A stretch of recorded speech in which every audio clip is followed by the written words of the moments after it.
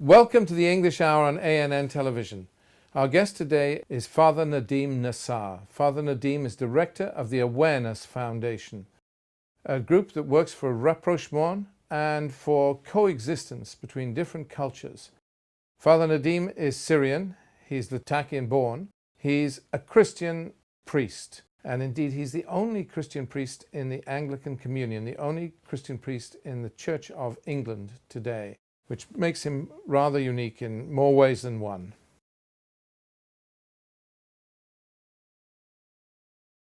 Welcome to the English Hour on ANN Satellite Television. Today we have Father Nadim Nassar with us. Father Nadim is the founder of the Awareness Foundation. He is Latakia born. He is the only Syrian priest in the Anglican Communion, in the English, certainly in the Church of England. There is none other. And we're honored to have him with us. He has a particular conscience for Syria, of course, being a Syrian, but his day-to-day work is on the Awareness Foundation, which deals with interfaith dialogue, deals with dialogue between cultures, and that is an issue that we will return to. But first we'll talk a little about Syria and the precious, beautiful country that Syria is and the catastrophe that it has become.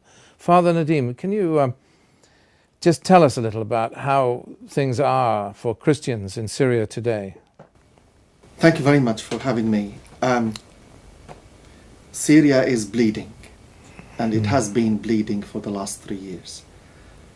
And not only the Christians are bleeding, every Syrian is bleeding.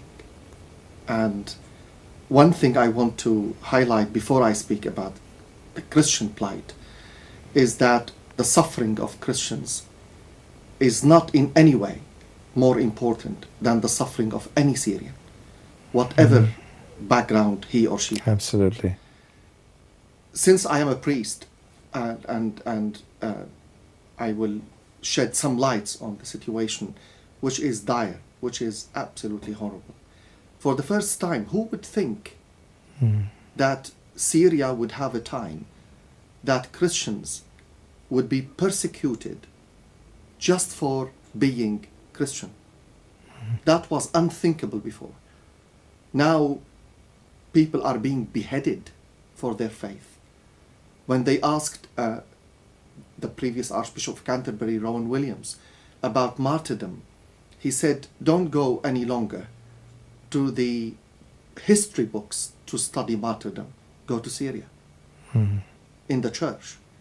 So the situation is difficult, and it's getting more and more complicated, and especially in the east of Syria.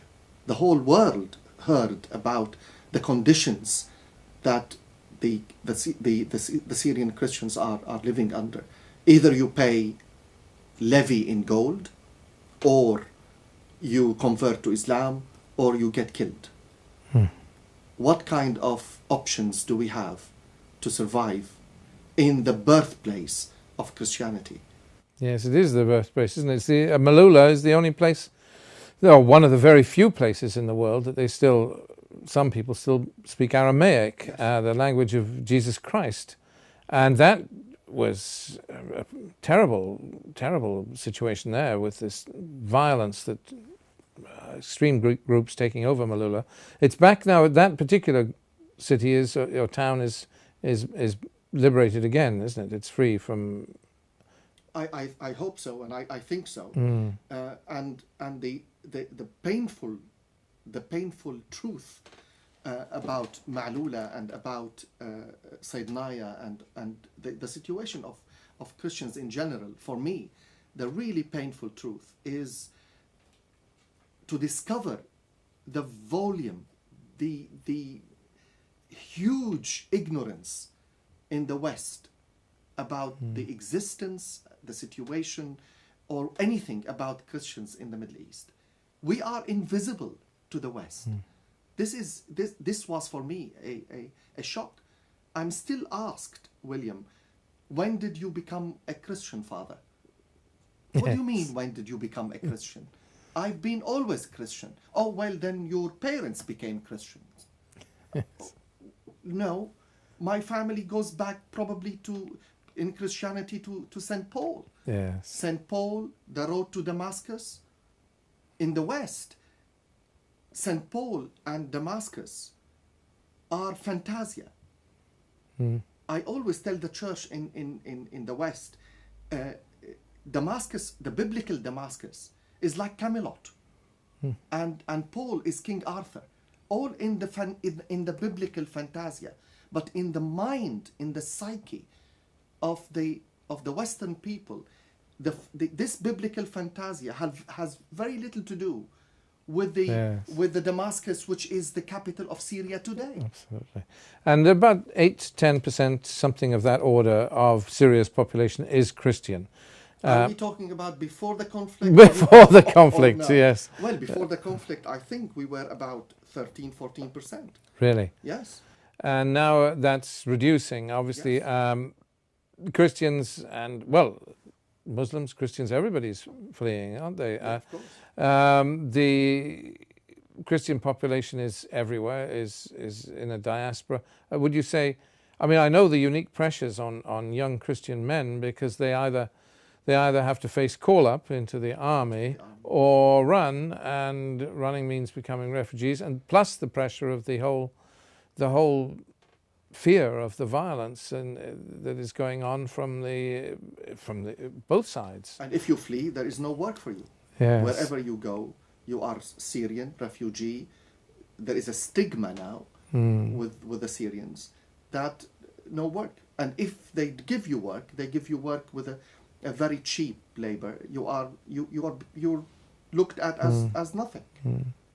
There's also the tragedy. I mean, not just talking about Christian women, but women generally from Syria are under terrible pressures in these camps as refugees. I don't know, it's almost too distressing to talk about on television, but it is true that the pressures on young ladies are almost evil. And especially very young girls. I mean, we're talking about 9 years old, and they are sold in the most horrific market, in the name of marriage, in the name of quick marriage, and of course kind of legal papers just made quickly and shipped or taken away to any country in the world. It's like a market. It's a legitimate, legal, human trafficking, and the world is watching. And this is happening in all the countries neighbouring Syria. Of course, yes. Even inside Syria, in some areas. How sad. And even the in some areas, the civil courts have been suspended. Only the Sharia court is there, and they sentence the people immediately. So how can a girl, 9-year-old girl, raise her voice to say, no, I don't want to marry this man? They can't. There are no courts, there is no law and order, and this is what we should believe, that this is the Arab Spring. And meanwhile, the international community stands by and watches. I mean, the vast sums, the billions of dollars that are pledged to relief work for refugees from Syria, for example, well, specifically for that issue, by the international community, do not get spent, as far as I can tell, and the international community weeps crocodile tears. It is, I am right in this, it is doing little or nothing compared to its immense pledges. And we have as Awareness Foundation, we have a existence in the Middle East. We have a branch in the Middle East, and the director of the Middle East, my sister Huda, just came back from Syria, and the situation in the camps are miserable, absolutely miserable. And you think, where are the billions going into, which were supposed to be building up those people and improving their conditions? We have some projects there with the small budget we have, but we have no middleman, we say.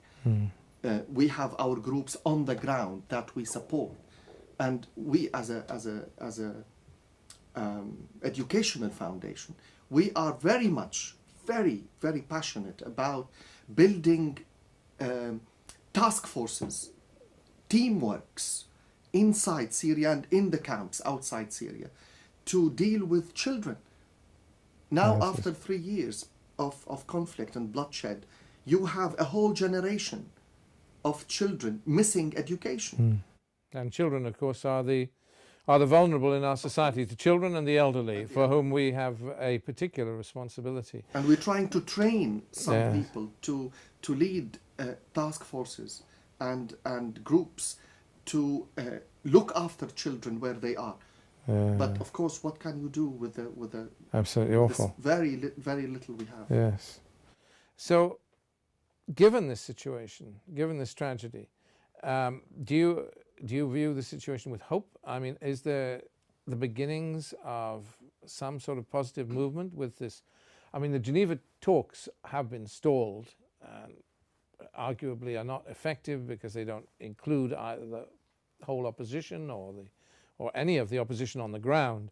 Nonetheless, they are something. Do you see some sort of hope?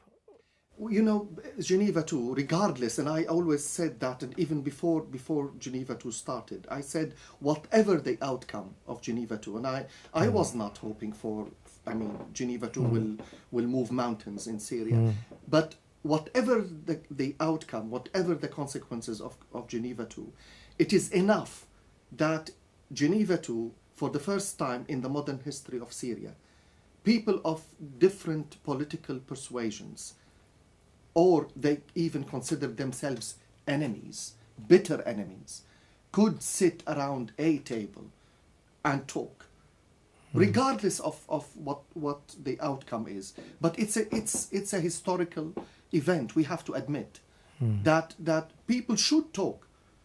When the German Chancellor came to Britain recently, and she spoke to the Parliament, she was proud of Europe. And one major reason she gave why she was proud of Europe, I wish she would say that to the whole world. She said, I'm proud of Europe because we learned from our history that problems could not be solved through violence. We learned in Europe to sit and talk and solve our problems through dialogue. For the last 2 years, I have been screaming for the Syrians to sit and talk. In every meeting I attended, you know also very well, I met the opposition. I met people from loyal to the regime. I met people who are against both. I met all kinds of people in the last 2 years. And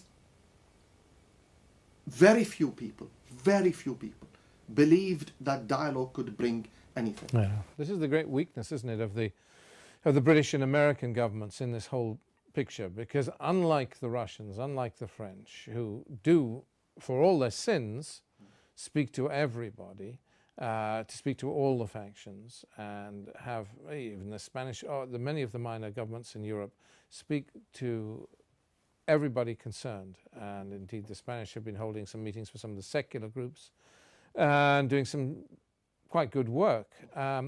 The major powers, Britain and America, refuse to speak to everybody. And also they refuse to listen to the reason. I was also involved with the Foreign Office. I attended several meetings in the Foreign Office, and every time I brought the subject of dialogue to the Foreign Office, there was a deaf ear. One senior minister said to me, Father Nadim, it is so difficult to bring the opposition to the table of dialogue. And that really upsetted me, William, because I looked at him and I said, what are you talking about? Don't insult my intelligence. Don't tell me the oppositions don't come to the table. I said, who pays sets the tone. You're supporting the oppositions, and don't tell me you cannot exercise any pressure on them to come to the table of dialogue. This is nonsense. Yes. The Americans and the British have done very little to initiate or to foster dialogue between the Syrians. And we are talking about first world, we are talking about democracies. This country paid blood and tears and sweat to emerge with the system we have, the Prime Minister and the Cabinet and the Parliaments, the House of Commons, the House of Lords, and all that did not come out of vacuum. No. So why don't we learn from our history and learn that only sitting around a table that we can solve our problems? God created us on his image. I'm a priest. I'm not a politician, William. I'm a priest. And I passionately believe that God gave us the mind that we can solve all our problems through the dialogue, through sitting and talking and finding a way out of any conflict we have, rather than killing each other. Absolutely. Absolutely.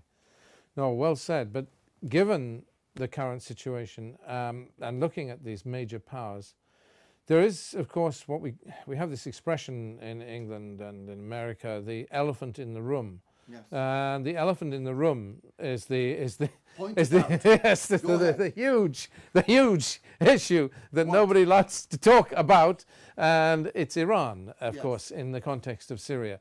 Iran has presumably to be brought on board if we're going to have a resolution of the Syrian conflict. Iran is not a bigger elephant than any major power around Syria and internationally. Would Iran have more interests in Syria than Russia? Would it have more interests in Syria than the United Kingdom? One of the Foreign Office ministers said to me, Father, in politics there is no friendship. In politics there are interests. And fine, great. Let's talk then about interests. Iran does not have more interests in Syria than any major players in the world, like America, like the UK, Europe, even Lebanon, even Turkey. Why do we include Turkey, not Iran?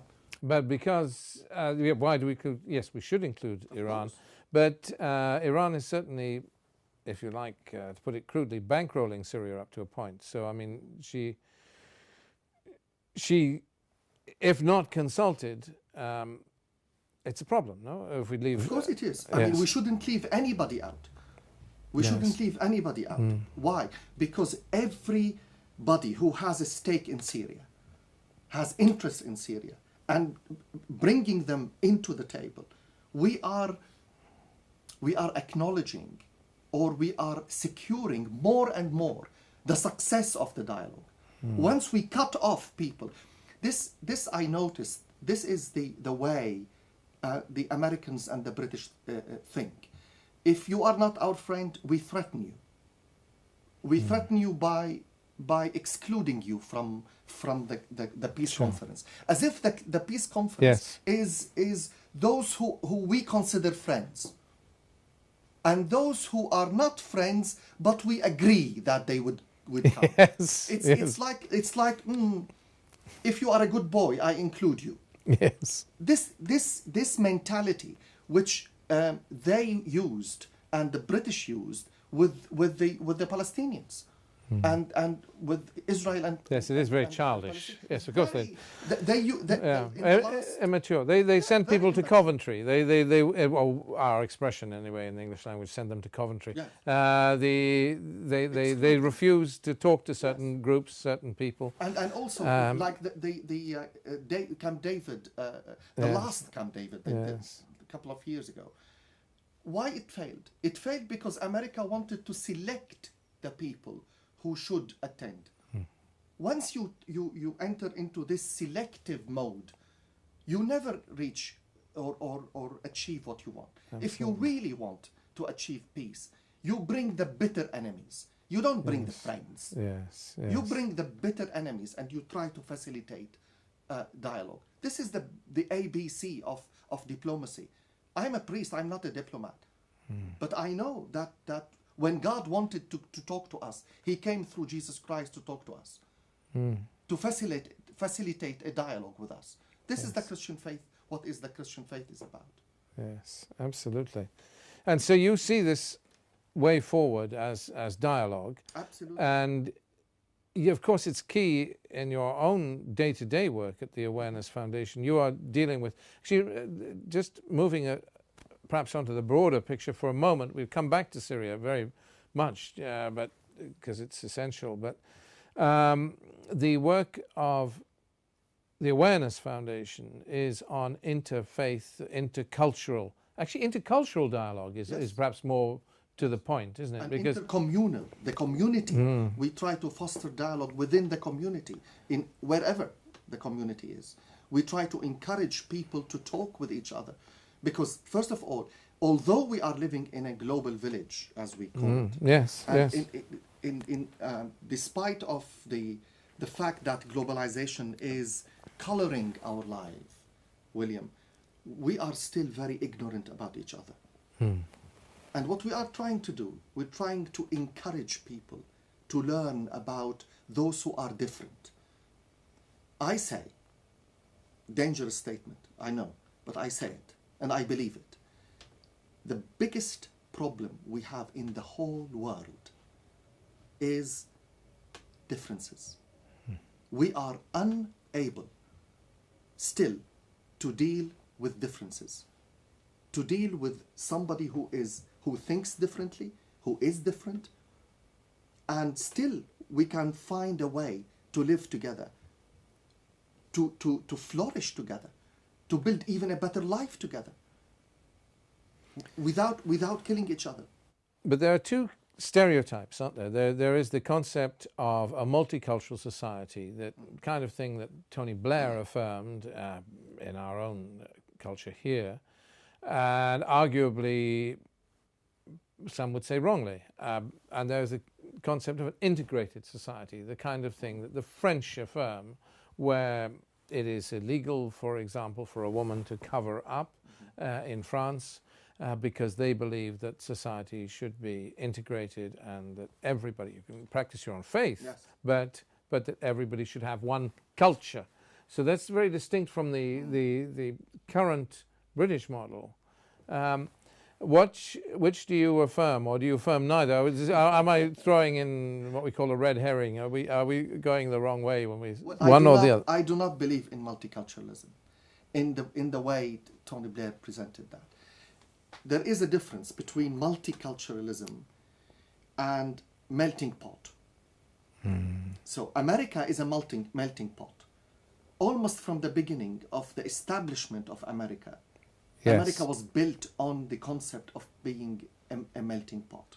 Regardless of now we have a little bit of segregations and a little bit of communities living, the Hispanic and the black and white and all this. Yes, I acknowledge that. But still, in essence, America is a melting pot. Europe can never be a melting pot. Why? Because we have to acknowledge that there is something called English culture. And there is something called German culture, French culture.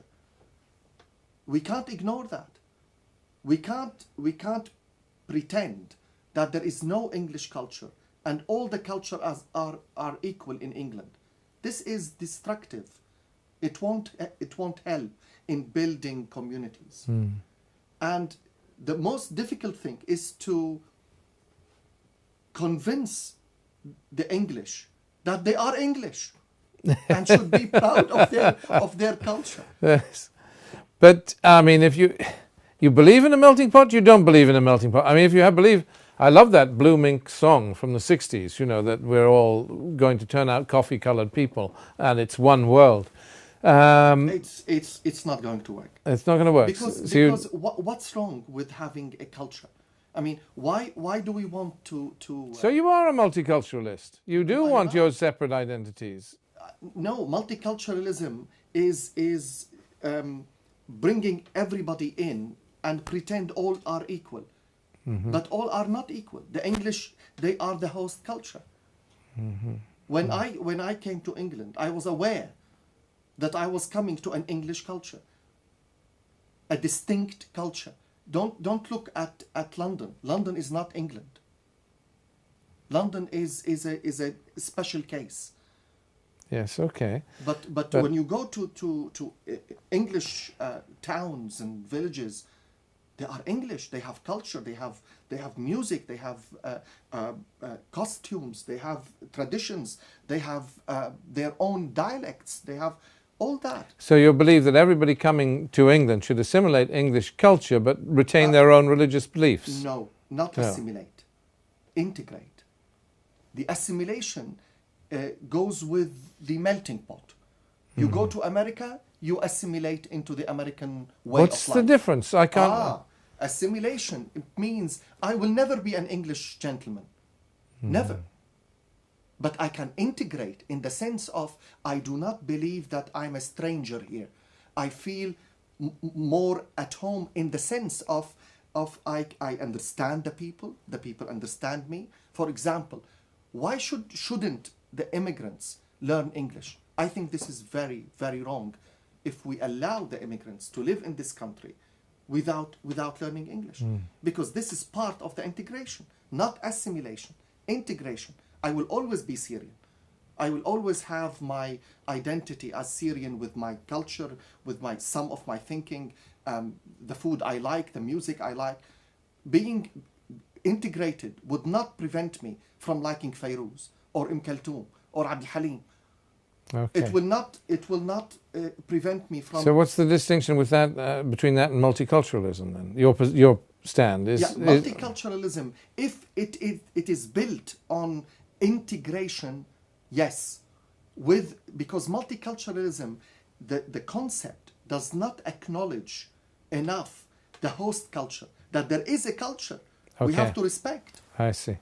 Well, it's not all a soup. Yes. Okay. This multiculturalism, which pretends that the society is a soup, I don't believe in it. So then, just shifting gear now, right back to Syria, Yes. taking this philosophy of multi-ethnicity, multiculture into Syria, you believe that Syria has a whole range of host cultures? Rather, you wouldn't say, for example, that Sunni Islam is the host culture of Syria, or would you? How do you... There is another concept for Syria I would use. Okay. If we said America is assimilation, England or Europe, integration, Syria is coexistence. Because why?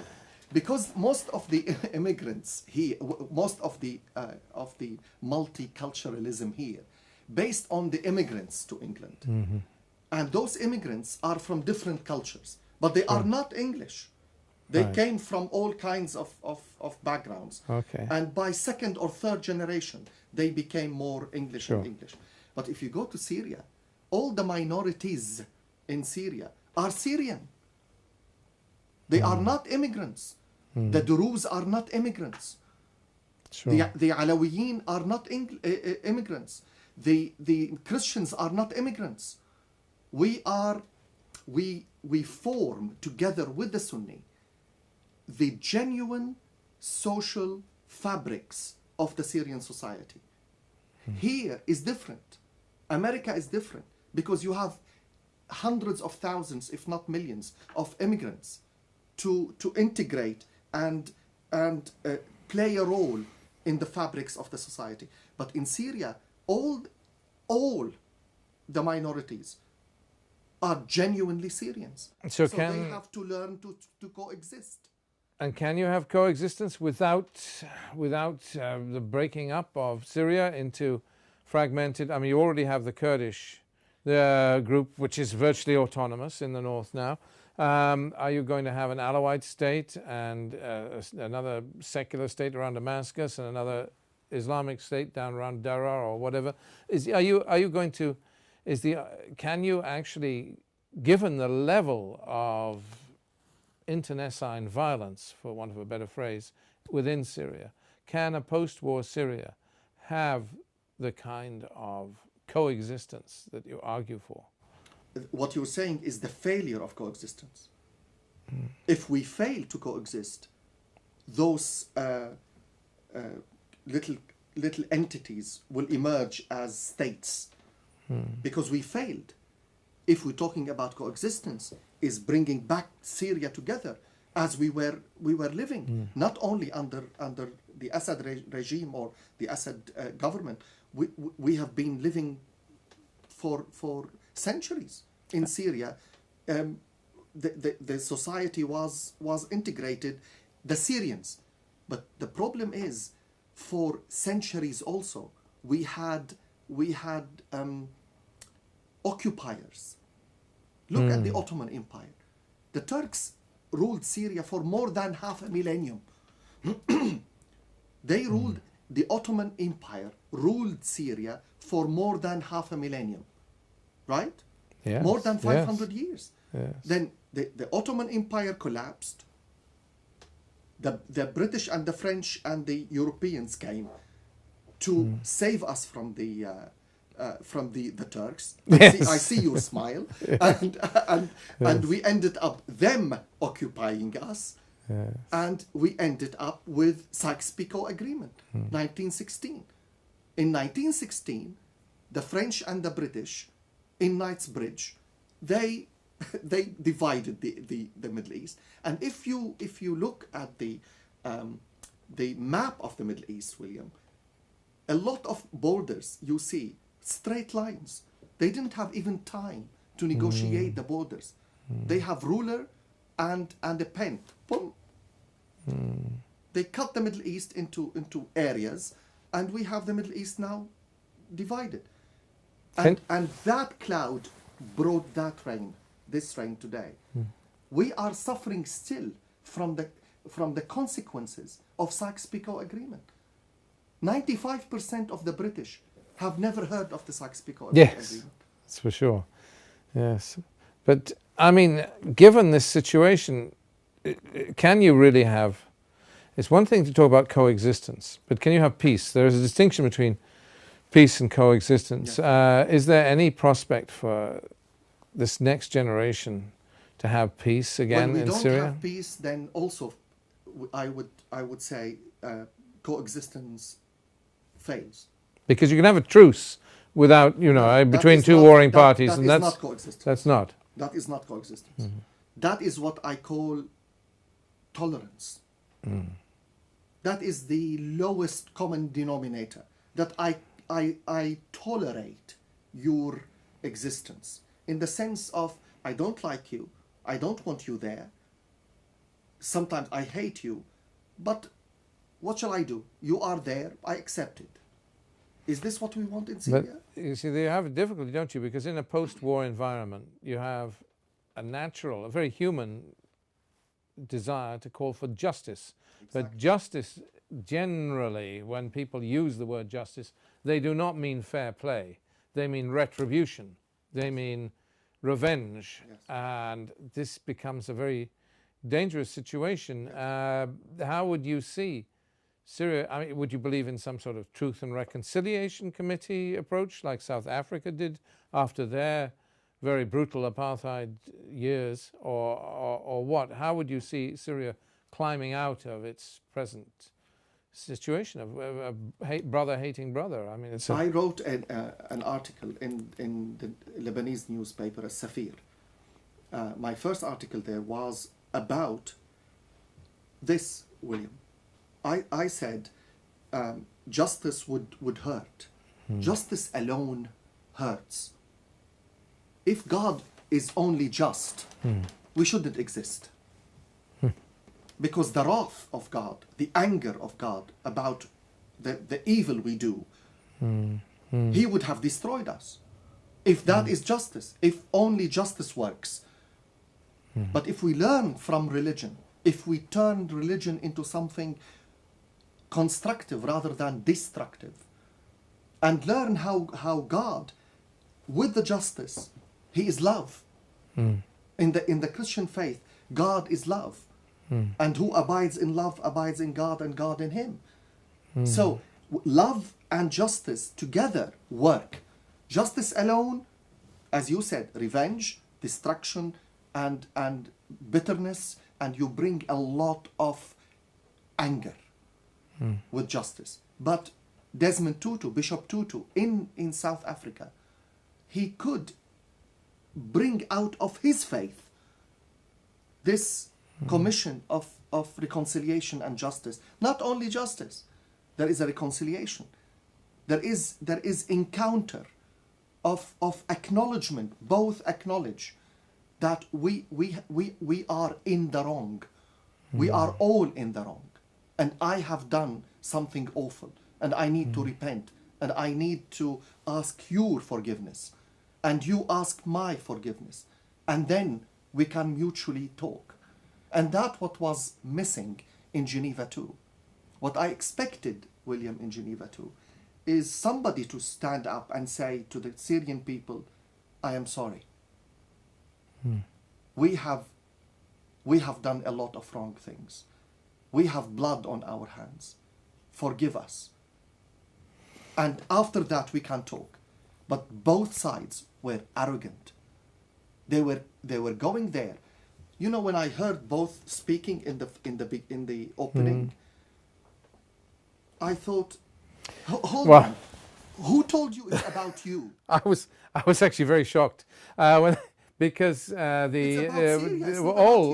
the politicians, with actually oddly enough, with the possible exception with the leader of the Syrian National Coalition, but anyway, all the major politicians who were there, British, American, Syrian, their speeches were infantile. I mean, they were just berating the other in such a pathetic. Yes. And even the U.S.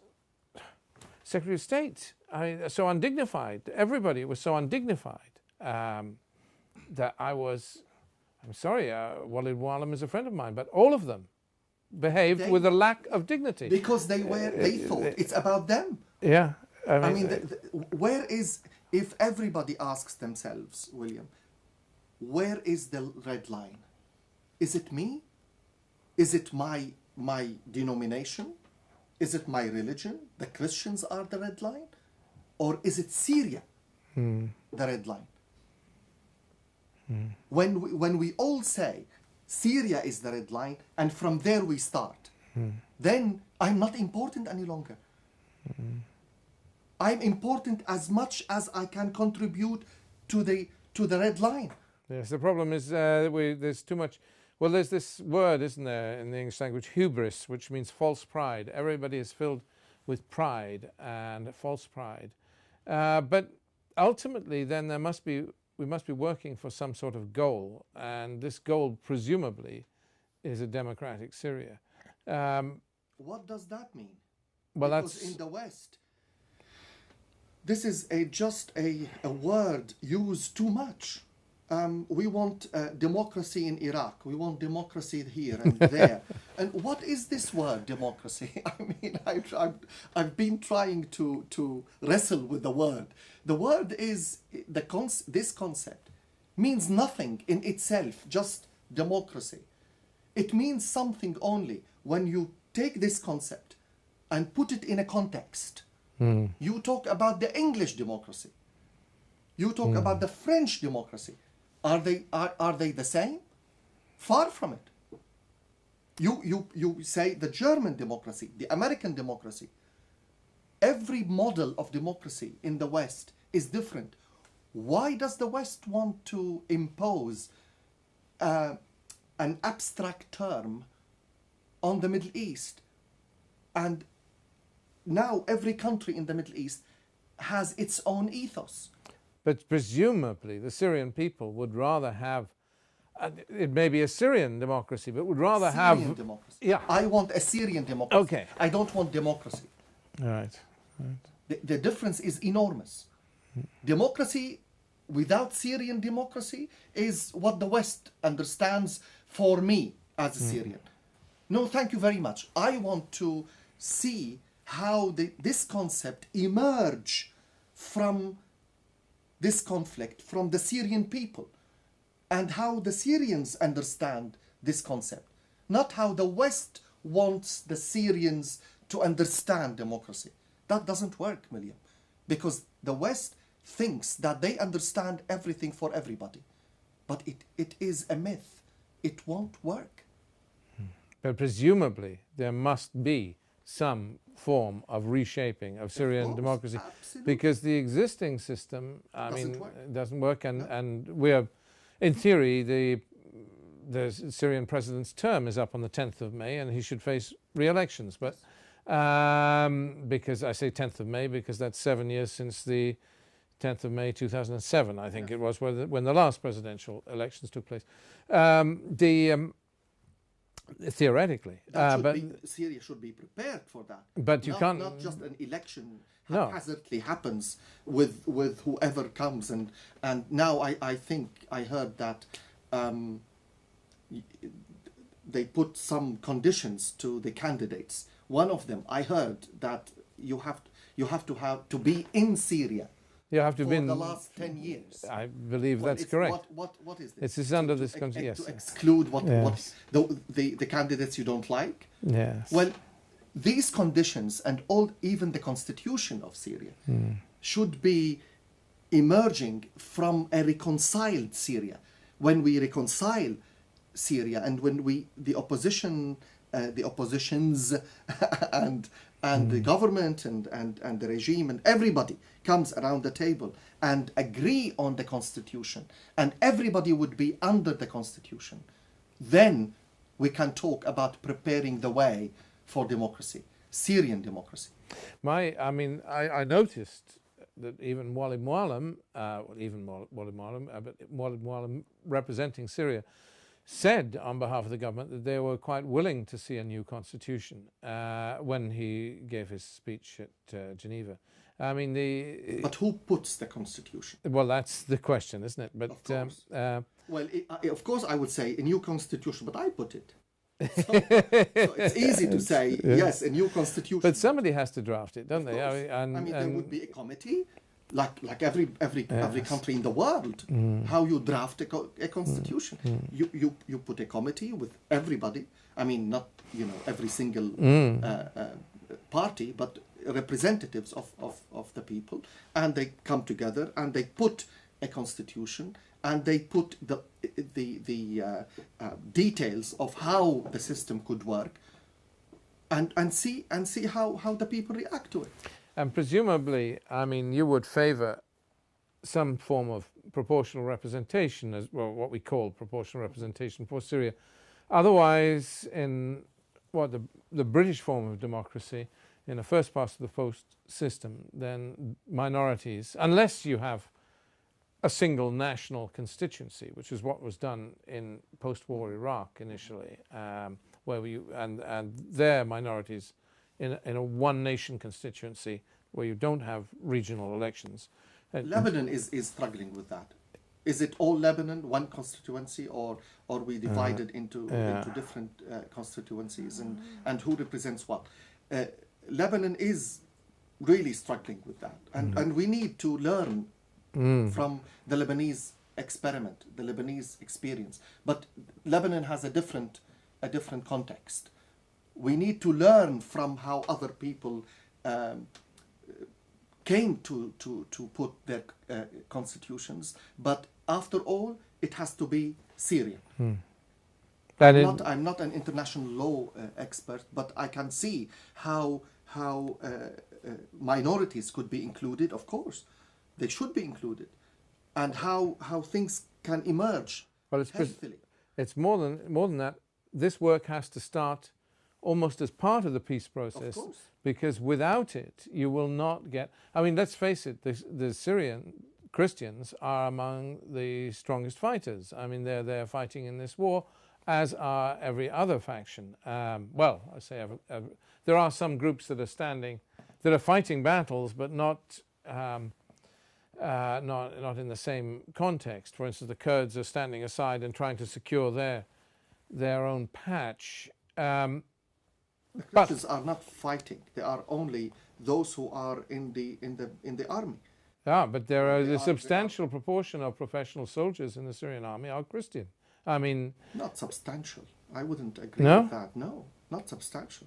Well, certainly, Well, of course, like you know, I always say Christians are like any other minority in Syria. You have those who are in the army, those who are in the now in the Syrian Free Army or in the opposition or in wherever, because Syrians are citizens. but then given that the minorities, I'm Yes. specifically focusing on this because you yourself are a representative of the Christian Yes. faith and a Syrian, the minorities have to have some ownership of post-conflict Syria. They have to feel that they will be represented. That means, presumably, that the work on the constitution must start as part of the peace process Exactly. initially, because unless they see some future in which they play a part, they will want to go on fighting. How can I feel I own this if I'm not part of the forming of it? Yes, yes. Because of that, I said we need to include as many groups as possible, so that everybody feels the ownership, feels that I agreed on this, I was part of it, so that I will defend it. Yes, of course. So if you are part of forming something, you can't go against it. Because you are. Why Yes. didn't you say no Yes. when you were there? But now, the peace process started on, as we said, you know, it was anger, it was pride, it was arrogance. But nobody talked about the real issues, the reconciliation, the justice, the constitution, the bringing task forces. Forming task forces. Every task force looks at an element of the conflict, how to solve it. We went to I mean, what I saw in Geneva too was sad, appalling. And I am perhaps being appalling. I'm defining the Syrian war in sectarian terms. Am I wrong to do that? It has a sectarian element, definitely. We shouldn't escape that. Of course, sectarianism. When we say sectarianism, it's a very negative word. Once I tweeted a sentence. I said, sectarianism shouldn't be always negative. I mean, acknowledging that there are minorities in Syria, this is not negative. It's a fact. Don't be oversensitive, the Syrians, about that. Let's name the things in their names. There's nothing wrong with that.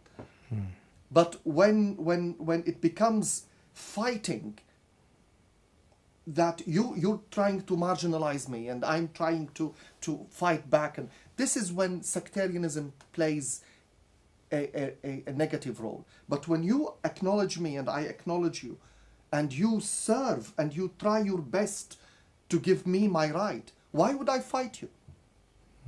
Why would I resist you? I would work with you. But when you try to eliminate me, when you try to destroy my existence, of course I will resist you in every way I can. But sectarianism in the conflict, it is horrible.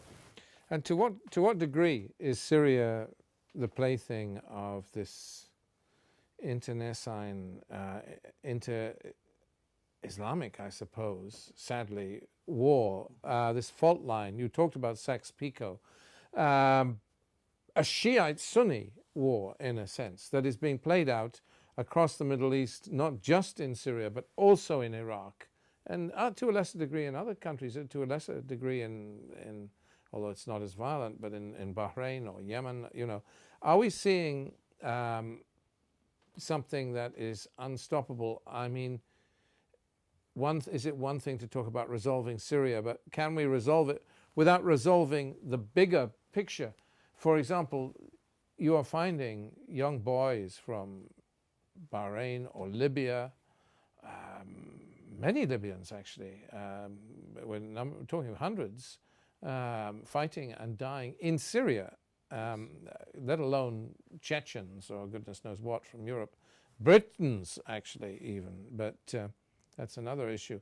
But can the Syrian war be addressed without addressing this, I guess you'd call it an inter-Muslim war, this civil war in Islam that is spreading across Iraq and spreading across... It's not only spreading across the Middle East, it's a worldwide. Because wherever you go, you find Shia community and Sunni community. We are living in a global village. Don't we have Sunni and Shia here? Yes, we do. Yes. Right? Well, go to Europe, go to America, go to Australia. I was in Geneva. I saw the Shia community and the Sunni community. So this conflict is worldwide and is dragging the whole world into it. It's very serious. And one thing, I was interviewed once on an Islamic channel, one of the Islamic channels in London. And he said to me, the interviewer, Father, you have the camera and say a message to the Muslims. I said,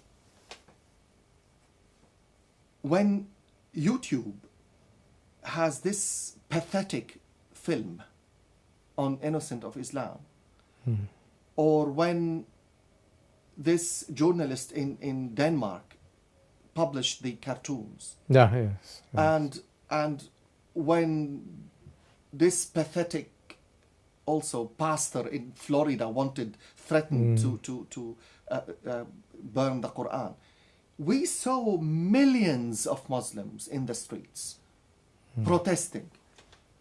Wow. Then we're not looking at a silent majority. Where are the millions in the streets protesting against killing of the Christians? For example, in Syria, Christians are being slaughtered every day. They're killing each other. Where are the Muslims, the silent majority? Yes, but that went to the streets in millions, and people were killed and people died in the demonstrations of the enthusiasm and the passion for Islam. Well, if you are not in the streets, are you giving me a signal that you agree with that? If you say, no, Father, these are not Muslims, they are doing in the name of Islam. Where are you? Why are you not saying, not in my name? There is a silent Muslim majority needs to move and needs to raise their voice. Well, presumably not just on the Christian issue, which is a kind of collateral damage to the major fight that's going on between and the these. Sunni should rise and say, no, we do not kill the Shia. Yes. The Shia are our brothers and sisters, and we should live together. We should find a way to coexist. And the Shia should rise and say the same about the Sunni. But what is happening? The tension is growing in some countries in the Middle East. Shrines are being destroyed. Graves are being dug out. This is ridiculous. This is awful. So, Father Nadim, in conclusion, thinking about Syria, but thinking about the Middle East as a whole, and indeed the world as a whole, I mean, there are great Christian, I don't know whether you call them philosophers, but great Christian thinkers like Khalil Gibran in Lebanon, who have advocated a world without frontiers, a world in which there is harmony. And are men like this dreamers, or is there a real future there someday where we can all truly live together in peace in today's world? If we live without hope, life is not worth living. We live with hope. And I have two messages to say. One message to the West and one message to the East, if you allow me. Of course. My message to the West, I would say, stop playing double standard. You are labeling people as terrorists wherever you like, and the same people become friends and allies wherever you like. You decide where these people, where to label them. I think this double standard is evil and bringing a lot of bloodshed. The West has to stop it and bring the values that the West we respect and we live in the West, the values that we love and we appreciate, and we see how these values helped for centuries to emerge and build the West that we know today. My message is to the East, I would say, after all, we are in one geographic location together. We are in together, whether in suffering, in joy, whether a better life or worse. It's like marriage. When you give your vows for the bad time and the good times. So we are married to each other in the East. Christians, Muslims, Alawites, Druze, Turkmen, Ismaili, you name it. We are in the vows of marriage in this piece of the world. We have to stick to our vows to build a life in the bad times and in the good times. And I hope that we can bring reconciliation and justice in order to reach to the peace. Father Nadeem Nassar, thank you very much for those powerful words. Thank you. Thank you, Father Nadeem, for being on the English Hour here on ANN. Thank you.